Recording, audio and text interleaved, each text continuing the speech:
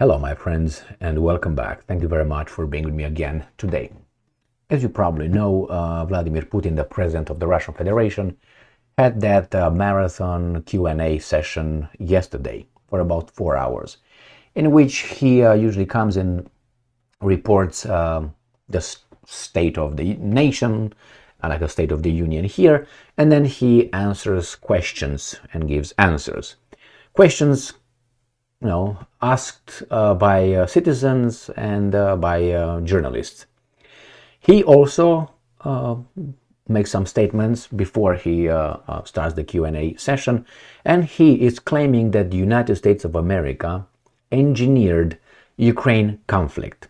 And this is what he says. I'm going to discuss here because I'm going to use his statements. For some of us, that is no surprise that the United States had something to do with certain things in that area in 2013, 2014, or better put, since 1991, when Ukraine became a country. Should I say it again? Nevertheless, let's go and check this article coming from obviously Russia Today. And it's always good to, in an argument, you always want to look and interview both sides, a minimum both sides involved in it, or the witnesses or people who are, can give you a better understanding of the issue. Therefore, you can make a more accurate, have a more accurate view and understanding of the whole garbage over there, or any kind of garbage. So let's go and see what these guys in Russia Today say. US engineered Ukraine conflict, says Putin. The Russian president has blamed Washington for masterminding the 2014 coup in Kiev, which led to the current conflict. He, Putin, will also tell us about how much money the United States of America invested in order to conduct what he says, engineering the Ukraine conflict. I didn't know the amount, but this again is according to Vladimir Putin, the bad guy.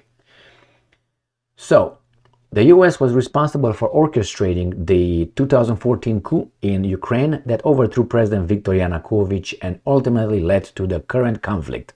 President Putin said Washington, and I'm quoting, needed to create a conflict for its own purposes, he added. Now, look at this picture. This is such a weasel, it's an embarrassing picture. Just look at it, Ukrainians, because I had this kind of pictures done in Romania when I was after the revolution. So, who's this? This is Victoria Nuland. She's a Zelensky Stein, that's fine. She comes like, this comes like some, if you remember, came in 1400s, 1500s, with little colored pieces of glass and mirrors, and they came and showed the Indian Americans on this continent. Remember that one? Remember what the value of now Manhattan, how much they paid for that in current currency? It would be about $17 or something. That's how much these guys paid. Now look at her. She's doing, in my perception, the same thing. She comes in Ukraine, it's so embarrassing. Comes to Ukraine with his weasel, that's the US ambassador, Joffrey Payat, to give them what? Food? Beads and mirrors? And look at this guy, how he looks down like, oh, I'm going to grab that one. Yeah, Or maybe he's just a Secret Service behind them. I'm not certain. He's too well dressed, maybe. I don't know. But he's looking right here. And these guys are applauding. Good job.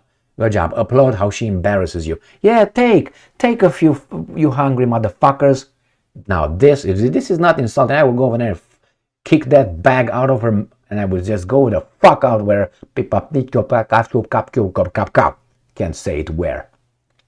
But if you don't feel your blood is boiling, then I don't know, weasel, I guess. I mean, I'm a Romanian by birth. I lived over there. I lived through this when these weasels, this kind of weasels were showing up after the revolution, and they were embarrassing us like we were like baboons or something. That's exactly what I think about us and them, baboons. That's what I think. You don't think so? What is that? You come with a bag? Jesus, like Anyway, speaking during a marathon Q&A session on Thursday, Putin said the US, and I'm quoting, plotted and organized everything. Now, I don't know if it's everything or not, but I think that's an exaggeration, or maybe not. While European leaders, and I'm quoting, silently watched and pretended they were not aware of what was happening. Remember when she said on that phone conversation with that idiot over there? I mean, that weasel, these guys they overthrew a government, or at least, they had something to do in it. I don't know how much, they will not tell us. Putin says everything, but I don't know. Remember that conversation when the ambassador, it's still, if you look over for it on YouTube, you still find it, where she said, when the guy says concerned, what about the European Union? So he's out of the loop, doesn't know what's going on. And she says, the European Union. Okay, well, thanks for telling us. We knew that, but thank you for being so blunt. As a result, Ukraine has, and I'm quoting, largely lost its sovereignty and has been making many decisions to their own detriment, and since then. Following the 2014 coup, the then Ukrainian regions of Donetsk and Luhansk, known as Donbas, refused to accept the new government, which was an illegal government by overthrowing a legitimate government, democratically elected government, which increasingly embraced nationalist ideology and proclaimed their independence. With Kiev, now, nationalist, that means you love your nation, but doesn't mean that you have to destroy everybody else. So if you implement something for your nation, after it's your nation, you should do that. It doesn't mean that you have to round people up and do bad stuff to them, right? Or infringe their liberties, or limit their freedoms. No, but that's the bad connotation we are supposed to have in our heads when you hear, oh, they're nationalists. Oh my God, there's Adolf right there. Oh, there's patriots. Oh, that's Adolf. When those guys work against the status quo, when they are promoting the status quo, the same guys that are nationalists is a good thing as a nationalist. But when those guys are working against them, oh, they're far right. That's Adolf all over again.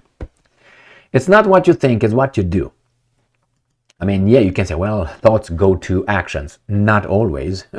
I have a lot of thoughts, a lot of them, and they don't translate into actions. Kiev responded with a violent military campaign against the regions that prompted a years-long conflict. The Russian leader went on to accuse the West of having a short memory, pointing to the 2015 Minsk agreements, which were brokered by Russia, Germany, and France, and also was Poland, and designated and designed to end the hostilities. Former Chancellor Angela Merkel and French President Emmanuel Macron later admitted that the agreements were a strategic ploy aimed at buying Ukraine more time to prepare for a conflict with Russia. The West End had, and I'm quoting, no intention of implementing the agreements, which were, and I'm quoting, signed and immediately forgotten. That's a fact. In an interview with CNN in 2015, then US President Barack Obama also openly admitted that the US had brokered a deal to transition power in Ukraine. They brokered the deal. In September 2022, the Donetsk and Lugansk People's Republics, as well as the Kherson and Zaporozhye regions, voted to join Russia in a referendum which Ukraine and its Western backers denounced as legitimate. Freedom, democracy, we love that. When it's done by us for our interest. When our candidate wins. When our candidate loses, there's no democracy, we don't recognize that. Moscow has insisted that Kiev must recognize the new territorial reality as a prerequisite for any peace talks. So this is it, and I have to look over where I found that $5 billion invested. I'll be back. And here it is. It's from Russia Today, and it's from a different article. I'll have them back to back. And this is the article. Russia-Ukraine conflict is a civil war, says Putin during the same Q&A session. Russia Today, the same date, yesterday, 14th of December. And down here, you have this statement. But, right there on top. But after the coup d'etat in 2014, it became clear to us that we would no longer be allowed by force to build any sort of normal relations with Ukraine, end quote, Putin said, recalling that the US had publicly admitted to spending $5 billion on overthrowing the government of Ukraine. Did you know that? I didn't know that. Well, remember, US had publicly admitted to spending $5 billion on overthrowing the government of Ukraine. I'm gonna look for that one because I don't know if that will be like just like this.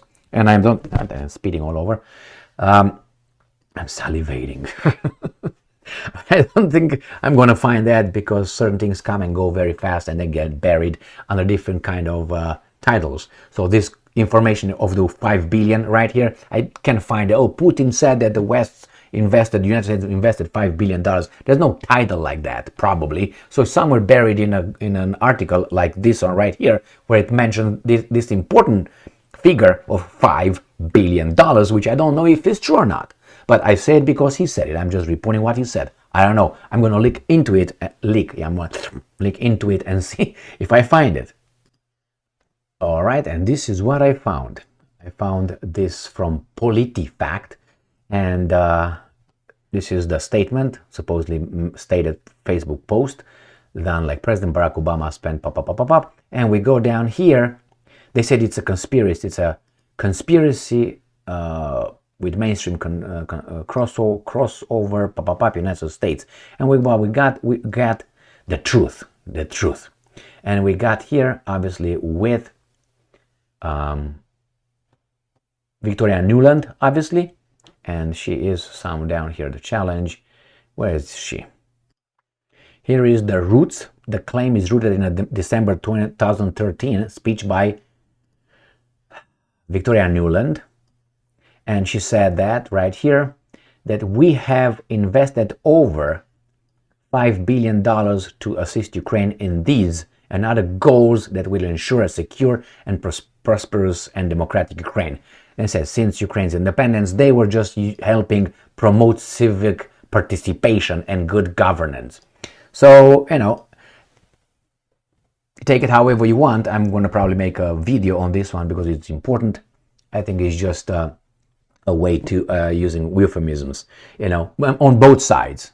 Or we just promote democracy in your country because we don't like how it's governed, and we're just going to pump $5 billion, but we just promote, you know, NGOs and, you know, all this, the civic. Anyway, and the other guy who's from the security services and intelligence services doesn't know. Anyway, I'm not going to debate down that here, but I'm just saying that leaving that to the side, at $5 billion. That's what Putin said, and you take it or leave it. I'm not saying that that's accurate, but, you know, there's no smoke without a fire. And there's evidence that these guys promoted that and tried to do something about it. Besides the fact that after I would say the guys who came in charge, right, after it was a bloody coup, the people died, were killed. After that, that then government was immediately recognized this by the democratic countries, the ones that promote democracy, recognized and came to Kiev and discussed with the new guys who took over. So imagine the things will be reversed in the United States of America. Look how much garbage they make about January 6th garbage. That compared with that, imagine that right now Russia or China or, I don't know, Cuba or Iran or North Korea or whoever will say, well, those guys did a good job and blah, blah, blah, that's a democratic movement. They will recognize remember if they would say, just think about it. This guy will be, oh, those are enemies, they organize it, they are blah, blah, blah, blah.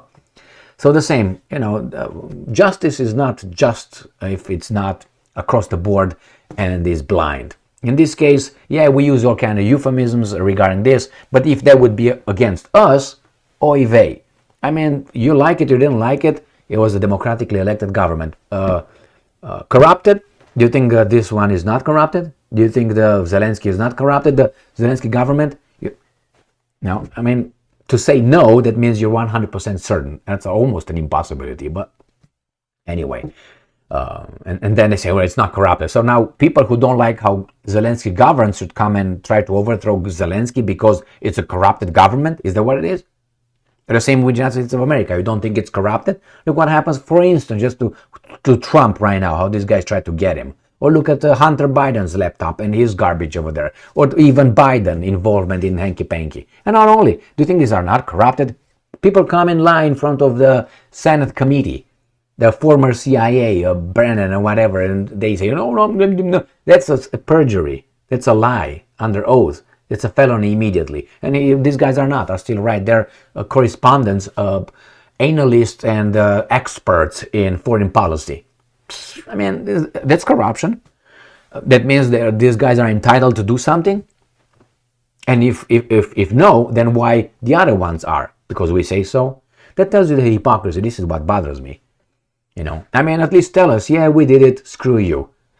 Then everybody's going to come out and say, yeah, we did it over there, and then it's going to be a lawless, which it is to a certain extent. Some people have to follow the law. Some countries have to follow the law, the rules, the international law, and if they don't, they get their country wrecked, and some just can bombard a little enclave how much they want, and that's, hey, stop. Or United States of America going all over the world and having, national interests everywhere, and it's always attacked by someone else because they are the victims, but they have the biggest muscles. It's like a shark, just calmly swimming, and you got the little fish coming and attacking them because why? Like he's not. It's just against reality and life. The weak person attacks the big person just because. I'm not talking about when you are in a corner. He just comes and attacks him, like the Houthis attack the American vessels in the Red Sea, supposedly, right? Because why? They want to be fucked up, basically. I mean, when did you see this happening in real life? You avoid the bully boy. You avoid the guy who can smack you. You don't just go and provoke him by, flicking him, trying to, punch him, whatever that is, You can just bing and you're done. So again, this is for infantiles, and we have a lot of them. Great majority. Not you and I, obviously. Thank you very much for being with me again today. Stay strong, stay smart, look for the truth, and be just.